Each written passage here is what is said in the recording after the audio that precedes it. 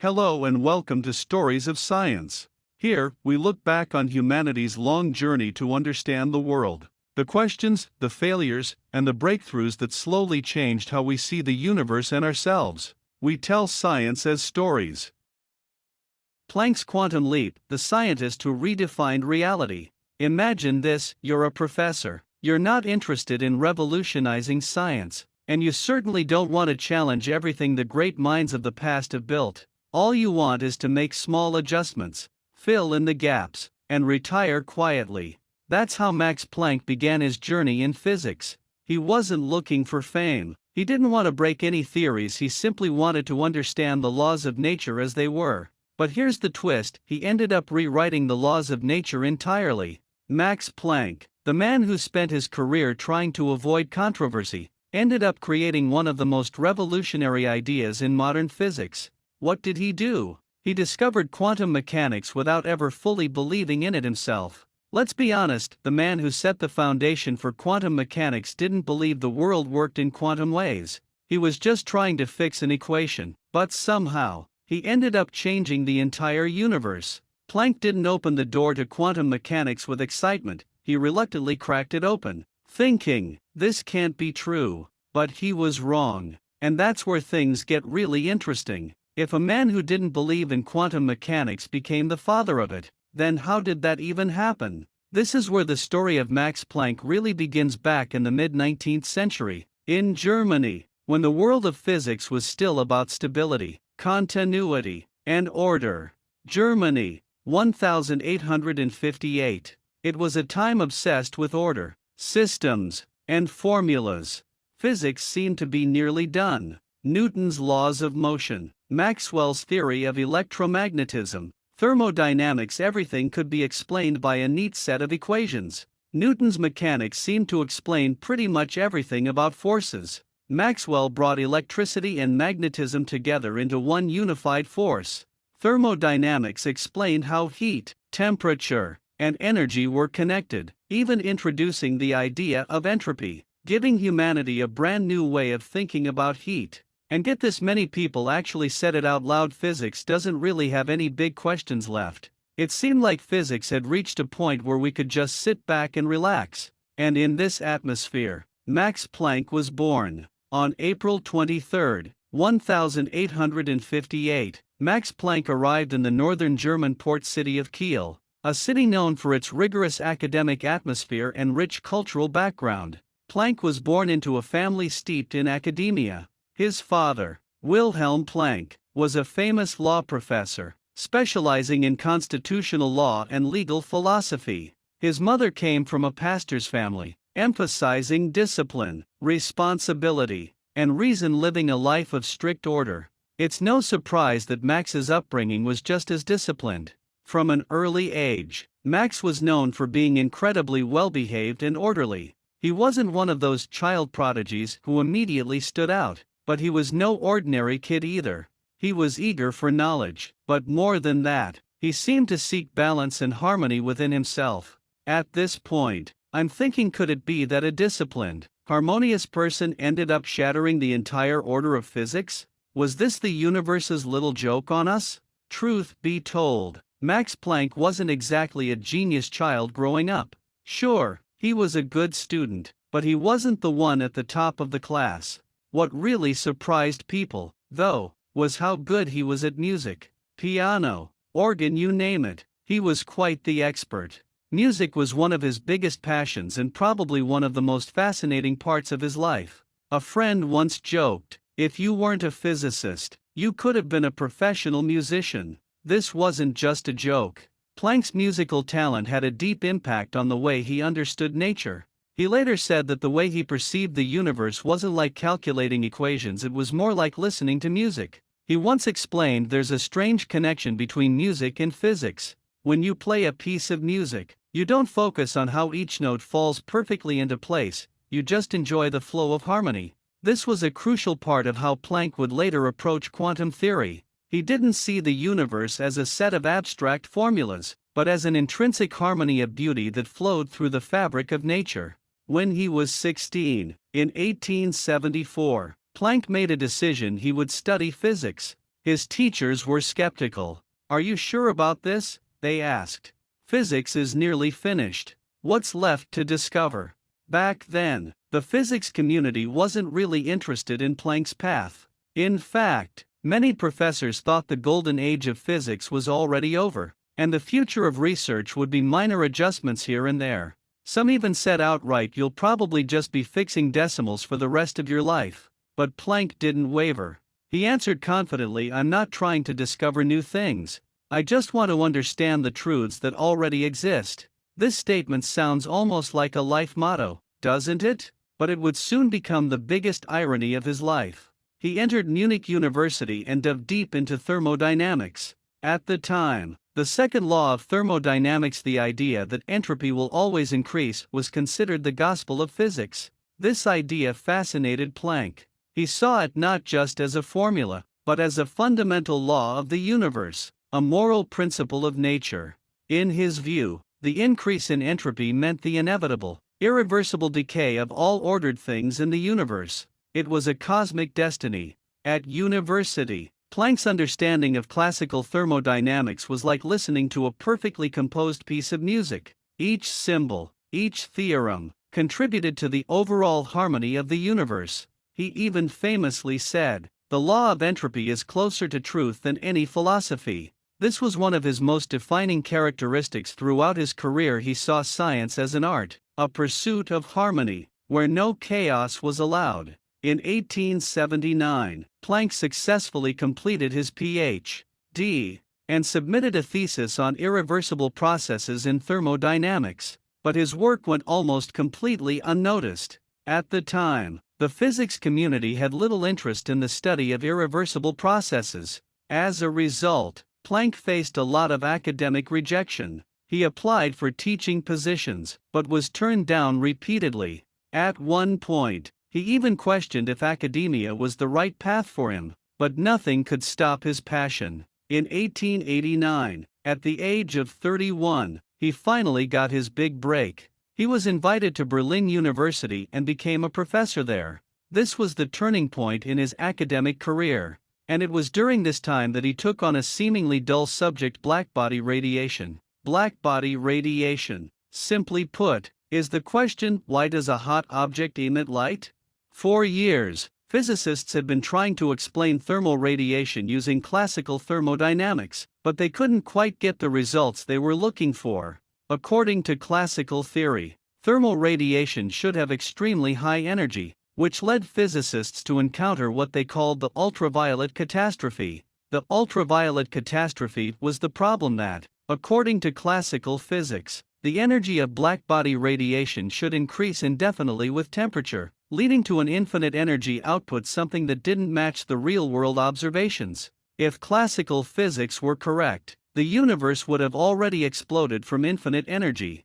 Yet, the universe was still here, quietly operating. The year 1900 was a year of significant change across the globe. In Britain, the turn of the century saw the continuation of the British Empire at its height, but also the rise of social and political movements. The Boer War, which had begun in 1899, was still raging in South Africa, and there was growing tension within Britain over the empire's future.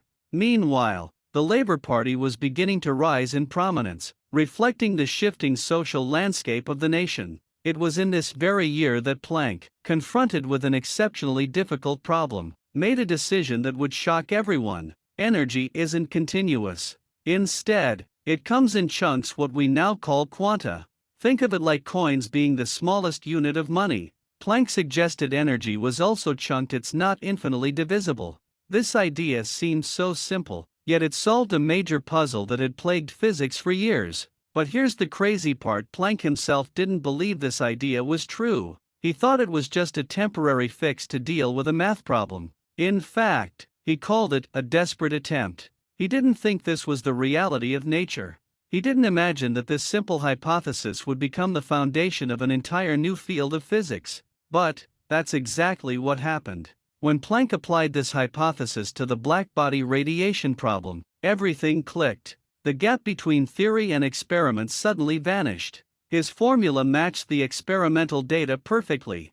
That formula, known as the Planck formula, didn't just solve the mystery of blackbody radiation, it paved the way for quantum mechanics. Even though Planck never fully believed in quantum theory, he couldn't avoid becoming the father of quantum mechanics, and from that point on, his name would forever be tied to it. Now, Planck thought that after publishing his paper in 1900, his work on this was done. He expected to just continue his academic career quietly, without any revolutionary noise. But a young Swiss physicist read Planck's formula and realized something huge. That young physicist was none other than Albert Einstein. In 1905, Einstein published a groundbreaking paper. In it, he suggested if energy is quantized, maybe light is too. He took it further: light might be made up of many tiny particles which we call photons. Einstein's hypothesis challenged the classic theory of electromagnetic waves, and was later confirmed through his famous photoelectric effect experiment.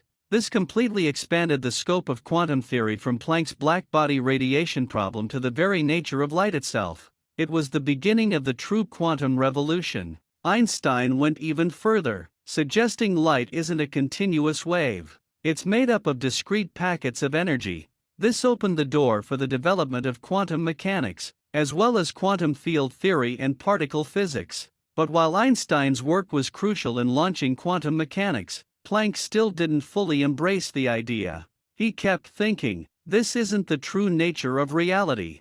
It's just a math trick. Despite their deep philosophical differences, Planck and Einstein maintained a respectful and collaborative relationship throughout their lives. Planck always held Einstein's genius in high regard, and Einstein admired Planck's contributions to science. But they could never agree on the core idea of quantum mechanics. Einstein saw it as proof that the world was fundamentally made of particles. Planck, on the other hand, believed that nature was continuous, smooth, and predictable.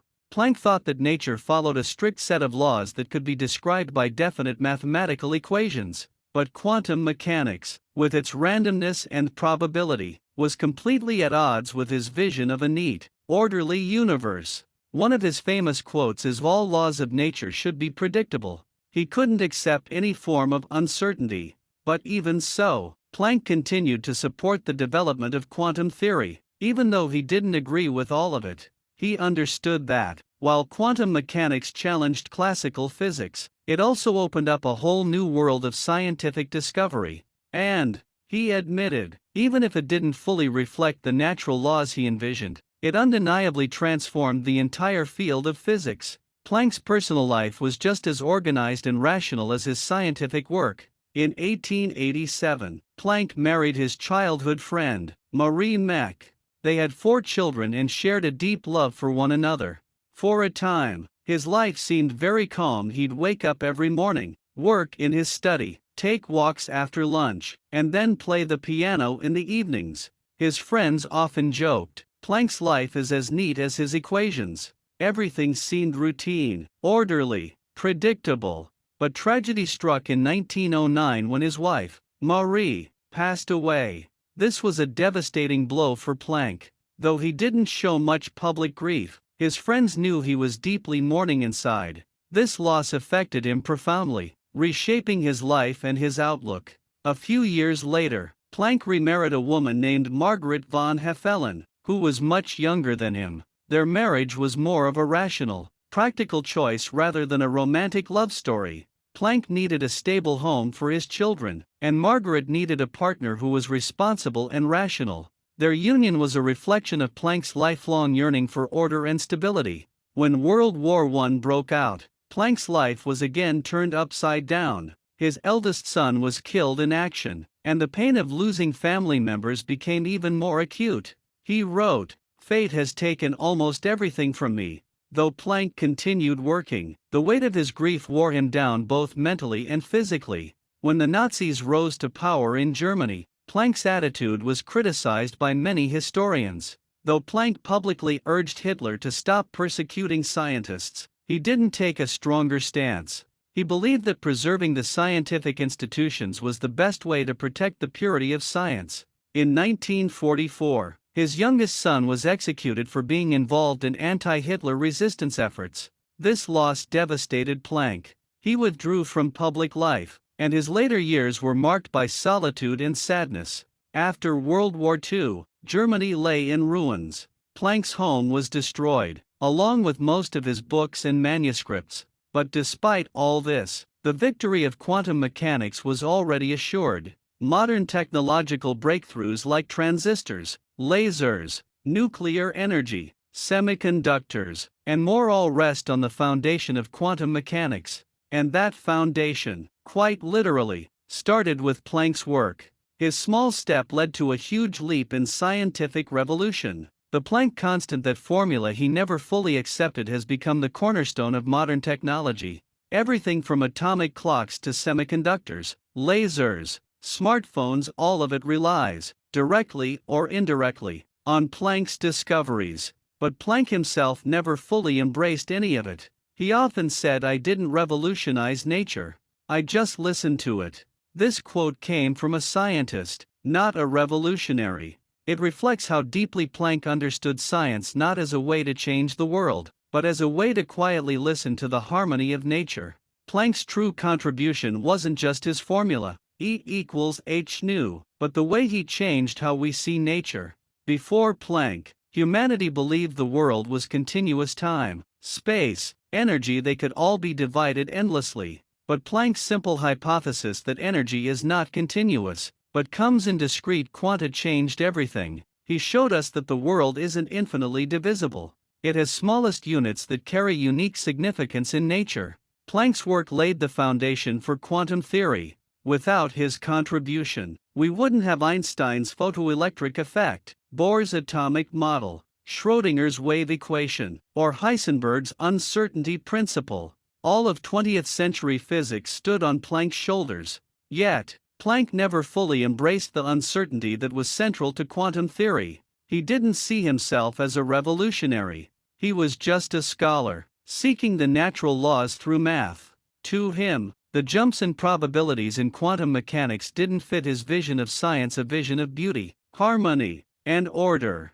Max Planck's life was one of balance between science and humanity. He embodied the ideal image of the traditional scientist, rational, precise, and relentlessly seeking the truth. But he also experienced deep personal sacrifices, family tragedies, and a sense of responsibility to his country and society. His life was full of love for his family and a deep passion for science, even as personal loss and war tried to tear him apart. Planck's life story teaches us that sometimes the true courage of science isn't about pushing forward with groundbreaking discoveries. It's about facing uncertainty and embracing the unknown, all while sticking to your principles, no matter the cost. Planck wasn't trying to change the world, he was trying to understand it. Today, the Max Planck Society, Germany's largest scientific research organization, is named after him. It has become a global symbol of scientific excellence, conducting research in fields ranging from physics to life sciences.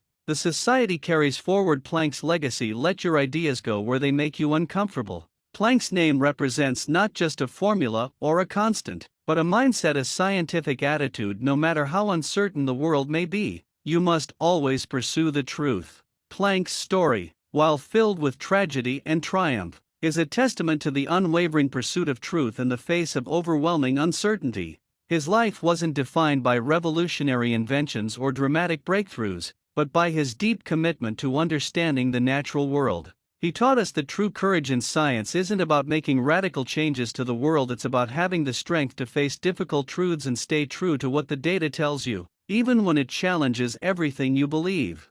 Through his discoveries, Planck didn't just shift the boundaries of physics, he shifted the way we understand the universe itself. And though he never fully embraced the uncertainty of quantum mechanics, his contributions remain the bedrock of modern science. Max Planck's legacy isn't just in his equations or the constants he left behind. It's in his dedication to the purity of science and the courage to confront the unknown. Today, his discoveries continue to shape the technologies we use every day, from smartphones to medical imaging, all because of the tiny quantum leap he made. In the end, Max Planck's story is about more than just science, it's about the intersection of human resilience, intellectual courage, and an unyielding commitment to discovering the truth. He may not have seen himself as a revolutionary, but in a way, He was. Because sometimes, the greatest revolutions come not from shaking things up, but from listening quietly to the universe and letting it reveal its secrets.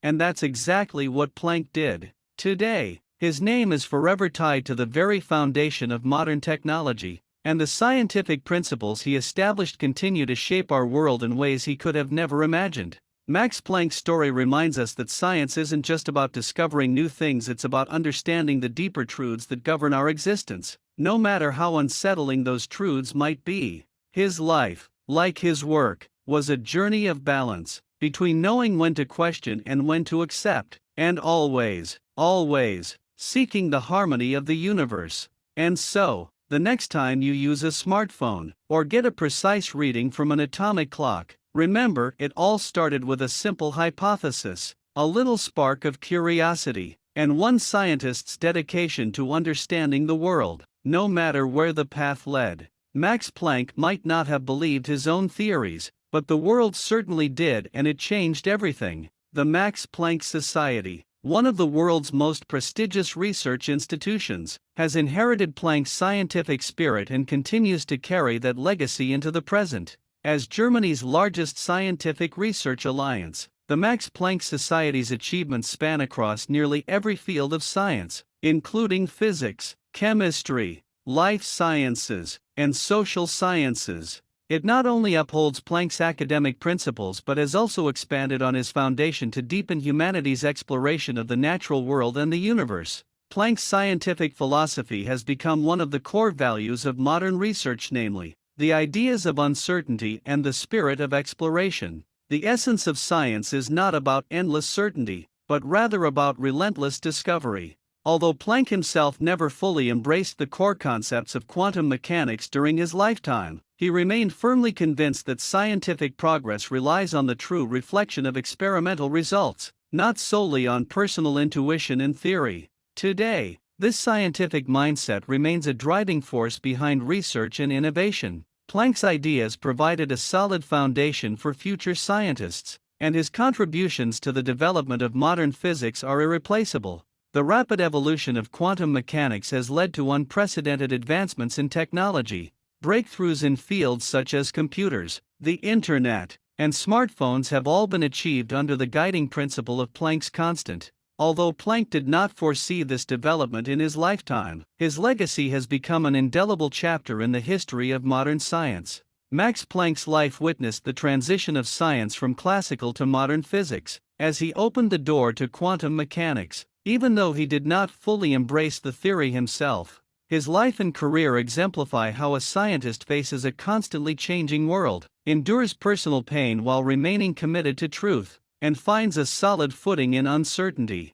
Planck once said, "A new scientific truth does not triumph by convincing its opponents but rather because its opponents eventually die." This statement perhaps best sums up his life's attitude. True scientific progress is not achieved through a moment of overthrow or revolution but through long-term accumulation and eventual acceptance. Planck may not have lived to see quantum mechanics fully accepted, but he was undoubtedly one of the foundational figures of this revolution. He may not have changed the course of the world, but he certainly changed the way we understand it. Max Planck, a scientist who dedicated his life to the pursuit of knowledge without seeking fame or fortune, left a profound mark on the annals of history. His theories and ideas continue to guide us as we explore the mysteries of the universe.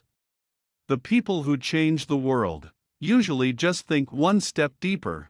If this story made you see things differently, hit like, subscribe, and save it. See you in the next story.